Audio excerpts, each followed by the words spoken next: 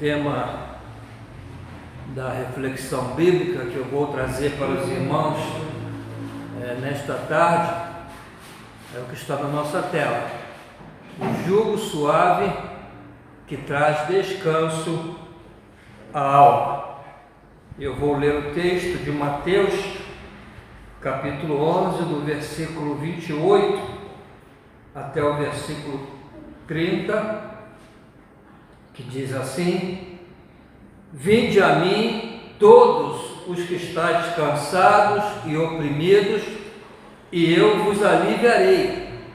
Tomai sobre vós o meu jugo e aprendei de mim, que sou manso e humilde de coração, e encontrareis descanso para a vossa alma, porque o meu jugo é suave e o meu fardo é leve.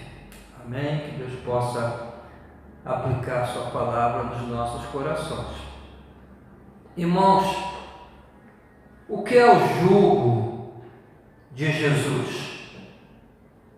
Entender o que significa o jugo de Jesus, alguns anos atrás, ampliou a minha visão do Evangelho e trouxe para mim um novo significado na minha vida, no meu relacionamento com Deus e também com os demais irmãos. Em resumo, eu deixei de ser ou de seguir um evangelho legalista, que é o evangelho que domina muitas de nossas igrejas ainda. Mas o que significa tomar o jugo de Jesus? O que é isso? Tem a ver com a maneira como os rabinos ou os doutores da lei, na época de Jesus, se relacionavam com a lei de Moisés. O ofício dos rabinos era interpretar a lei. Eles se dedicavam a discutir sobre como colocar a lei de Moisés em prática, como a lei devia ser interpretada e obedecida na prática. Por exemplo, o mandamento para guardar o sábado, santificar o sábado. Como é que a gente guarda o sábado? Discutiam os rabinos. Não pode trabalhar. Mas o que é trabalhar? Uns diziam, no sábado pode caminhar 5 quilômetros, não mais que isso. Outros diziam, pode caminhar desde que não esteja a carregar nada, nenhum saco, nenhum peso, porque aí será trabalho. Se o teu animal cai num despenhadeiro, pode salvá-lo? Uns diziam que não, porque era trabalho. Outros diziam que sim, porque não ia deixar o animal morrer.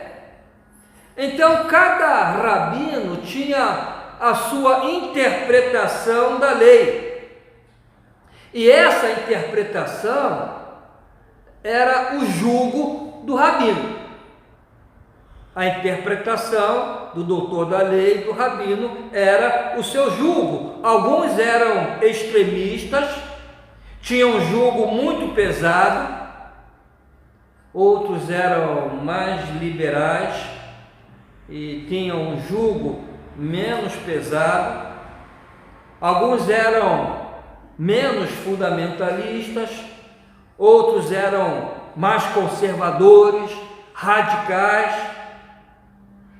E na época de Jesus havia 2 rabinos bem conhecidos: o rabino Hillel,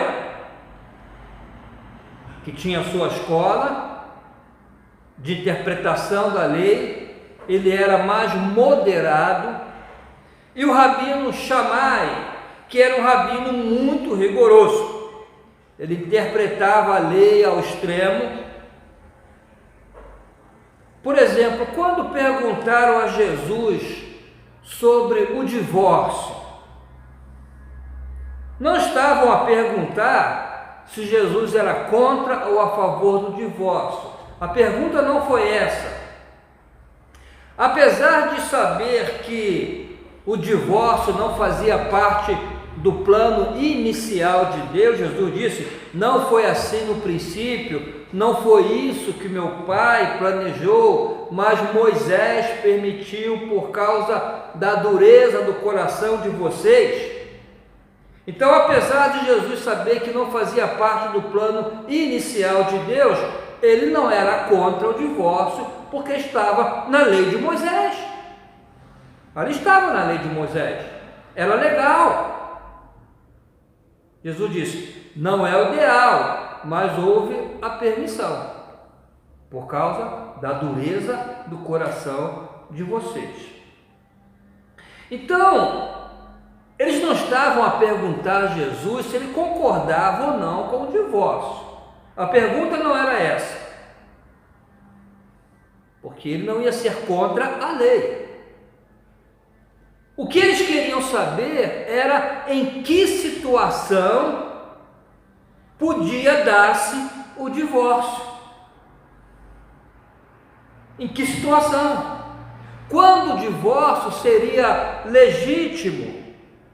Então, o que eles estavam a perguntar é sobre qual era o julgo de Jesus, qual era a interpretação de Jesus para aquela lei. O que queriam saber se Jesus estava solidário com a escola de Hillel ou com a escola de Shammai. A escola de Hillel dizia que qualquer motivo justificava o divórcio. A mulher deixou o arroz queimar, divórcio. Eu lembro quando eu casei com a Marisa, a primeira semana o arroz queimava todo dia, né? Mas estou casado até hoje com ela, 40 anos. Mas na escola de Hillel, qualquer razão, qualquer motivo justificava o divórcio. A escola de Shammai, que era mais rígida, dizia que não, somente em caso de porneia, imoralidade sexual. Então Jesus responde que nesse caso ele era mais da escola de Shammai, em caso de adultério, Jesus disse. Então essa discussão sobre a lei era muito própria lá em Israel.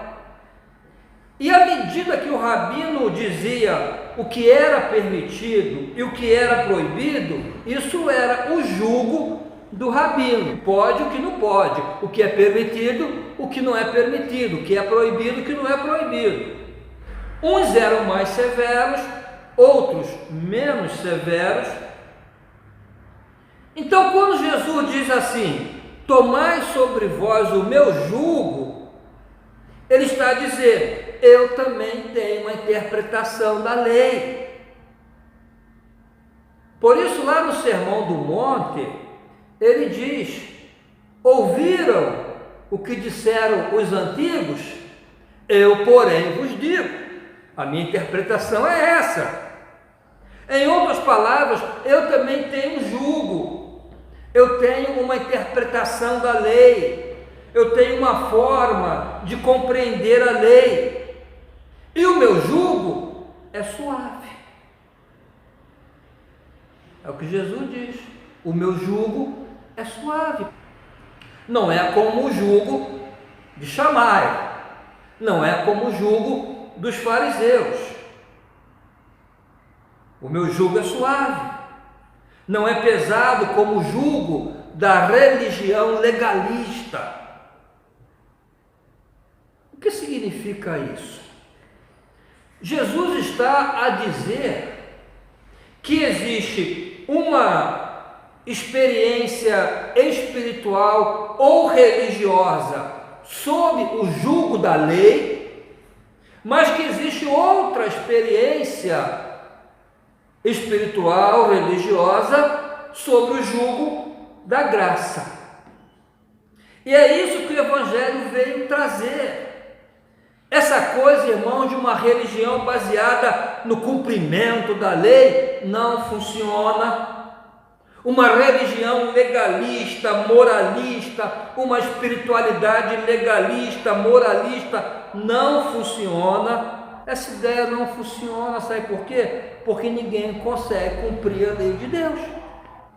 E Tiago diz que se a gente deixa de cumprir um só mandamento, já somos culpados de todos. De todos. Então não funciona. Colocar-se para cumprir a lei e através disso ser aceito por Deus é colocar-se sobre um jugo que é demasiado pesado.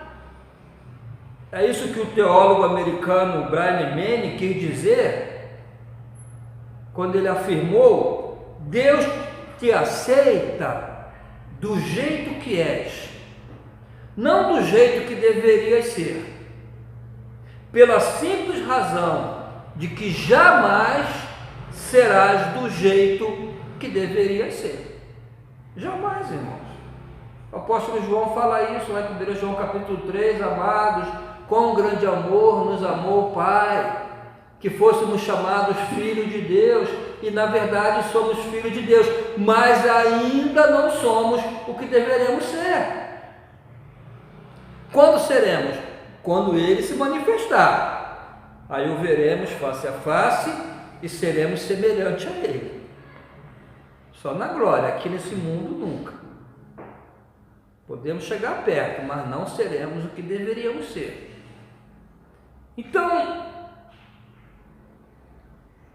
em outras palavras, nós não conseguimos cumprir a lei de Deus. A lei é um jugo demasiado para nós. E o Evangelho é a confissão da nossa incapacidade. Isso que é o Evangelho. O Evangelho é a aceitação de que precisamos ser declarados justos, porque não somos, é o que eu preguei domingo passado, justificados pela fé, não por nossas obras.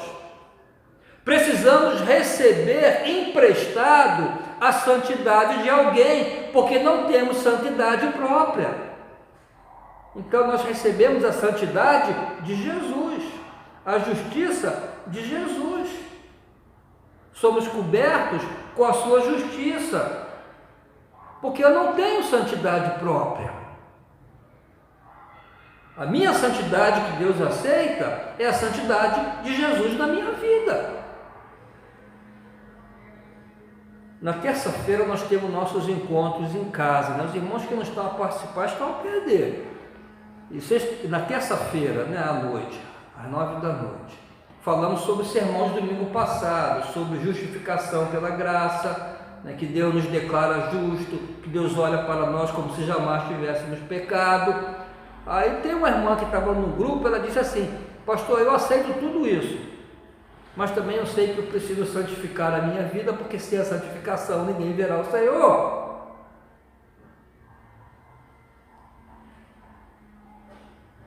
Irmãos, a santidade no Evangelho não é perfeição moral, porque essa nunca vamos alcançar. A santidade no Evangelho é a confissão da nossa imperfeição. Isso que é santidade no Evangelho, é a nossa admissão de que estamos e estaremos sempre aquém da perfeição de Deus. Nunca espera ser santo para chegar no céu, porque não vai chegar. Essa santidade de perfeição, nunca. É por isso que vivemos da graça de Deus, da bondade de Deus, do favor de Deus, e não dos nossos méritos de filhos obedientes, porque nós não somos filhos obedientes. Então, quando Jesus diz: tomem o meu jugo, ele está a dizer-nos: não tentem um relacionamento com Deus na perspectiva da tua obediência, porque senão vocês vão entrar numa dinâmica que é muito cruel, de frustração, de culpa. Vão entrar numa dinâmica muito cruel de contabilização de seus méritos e deméritos. Hoje eu fui fiel, ou hoje não fui fiel. Hoje eu consegui, ou hoje não consegui. Hoje Deus está feliz comigo, ou hoje Deus não está. A lei gera este ciclo de frustração e culpa. Tento, me esforço, mas não consigo. Ou consigo por um tempo, mas logo fracasso. É o que Paulo dizia: o bem que eu quero fazer eu não faço. Então a lei é um jugo pesado demais. A graça de Deus é que nos liberta. E a nossa experiência do Evangelho é admitirmos que não conseguimos cumprir a lei e então descansamos no amor, na graça e na misericórdia de Deus. Pastor, então posso pecar? Evidentemente, isso não nos exime de cumprir a lei, porque a lei é boa, é justa, o mandamento é santo. A lei de Deus é um caminho de vida e nos foi dado para o nosso bem. Não é proibição, é proteção. Essa é a visão que temos que ter da lei de Deus. Não é proibição, é proteção. É como o pai que diz para o filho pequeno: não coloque a mão naquela tomada porque vai levar choque. Proibiu? Não, protegeu. Protegeu. Irmãos, e se observarmos superficialmente a interpretação de Jesus sobre a lei, vamos perceber que seu jugo é muito mais exigente. É muito mais. O que a lei dizia? Não matarás. A Jesus diz: eu, porém, vos digo, se odiar, já matou. Não adulterarás. Eu, porém, vos digo, se olhar para uma mulher com intenção impura, já adulterou. Então, como é que ele diz que é suave, se suas exigências são mais profundas? Irmãos, é que as exigências de Jesus tocam na motivação de uma nova vida e não na obrigatoriedade de uma lei. É suave porque não vem acompanhado de castigo, de culpa. É suave porque diz que a nossa relação com Deus não é baseada no cumprimento estrito da lei, porque se assim fosse, todos estaríamos perdidos, não conseguimos cumprir a lei. Nosso relacionamento é baseado na graça, vivemos no Espírito de Cristo, que foi perfeitamente obediente ao Pai. Nós vivemos então revestidos na justiça de Cristo, justiça que não está na lei, mas justiça que está na fé. Descansamos na graça e na bondade de Deus. Não significa que damos as costas aos mandamentos de Deus, não é isso. Que estamos a fazer pouco caso da lei de Deus, também não é isso. Mas que nos comprometemos com uma vida de justiça. É um compromisso meu, não uma obrigação que eu assumi. Queremos viver debaixo do jugo de Jesus, eu quero. Mas não a carregar sobre nós o peso da obrigatoriedade da lei Porque Jesus já assumiu esse peso por nós. Nós ansiamos pela justiça, mas não com medo de Deus. Queremos obedecer a Deus não porque tememos o castigo de Deus, mas porque essa agora é minha motivação como uma pessoa que foi salva e transformada por Jesus. Moody foi um grande pregador do século XIX e, em certa ocasião, uma pessoa lhe disse: Moody, acho que ser pastor é muito chato. Essa pessoa não era crente. Moody era um pastor, ser pastor é muito chato. Por quê? Não pode beber, não pode fumar, não pode ir para as baladas, não pode ir para o baile, não pode isso, não pode aquilo. Aí Moody disse o seguinte: não é nada disso. Sabe qual é a diferença? É que você quer essas coisas, você deseja. Eu não desejo, eu não quero, não fazem parte da minha vida. Não me sinto motivado, ao contrário, a minha motivação é obedecer a Deus. Então, irmãos, a lei para nós, os mandamentos de Deus, a proposta moral de Deus para nós é o caminho de vida através de Cristo, é o caminho de justiça e não o caminho de comportamento aparente. Por isso que Jesus, ele vai no fundo do nosso ser, lá dentro. Ele diz: tu também podes viver no mesmo espírito que eu vivo, no espírito da rendição e obediência ao Pai, não no espírito da obrigação. Como isso é possível? Jesus diz: aprendei de mim, que sou manso e humilde de coração.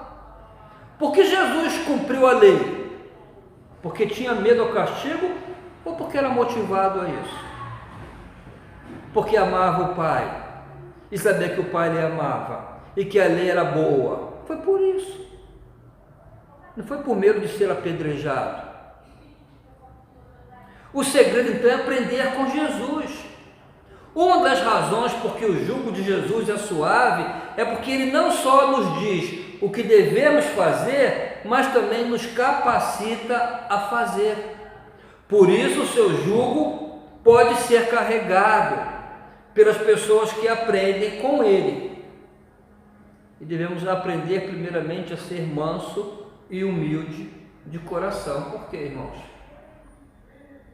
Porque para que eu seja capaz de tomar sobre mim o jugo de Jesus, eu preciso da ação do Espírito Santo na minha vida. Eu preciso ser humilde para isso, reconhecer a minha imperfeição, a minha necessidade, a minha incapacidade. Não colocar-me na posição dos fariseus, que diziam: eu sou bom, eu sou melhor. Como aquele jovem que foi falar com Jesus: Senhor, tudo isso eu guardo desde que eu era criança, todos os mandamentos.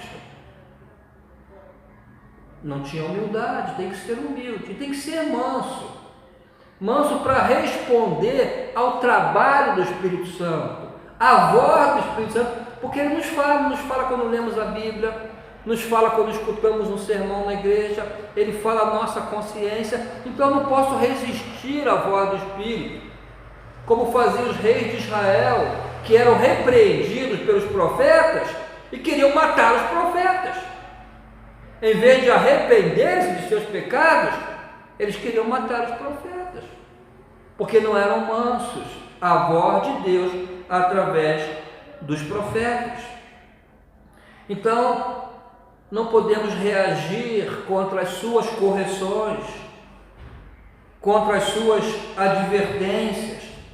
Somente as pessoas que se esvaziam para que sejam tomadas pelo Espírito, não como quem obedece um código, mas como quem foi transformado de dentro para fora e agora vive debaixo da influência do Espírito de Deus. pode ser capacitado pelo Espírito Santo a obedecer à lei, não pelo medo ao castigo, mas porque amas a justiça, porque confias no amor de Deus e sem culpa e nem pressão queres ser uma pessoa melhor diante de Deus. Irmãos, o seguidor de Jesus, ele busca a justiça que é revelada na lei, mas ele vive essa busca da justiça a descansar no amor e na graça de Deus. Ele sabe que se falha, não será condenado por isso. Não será.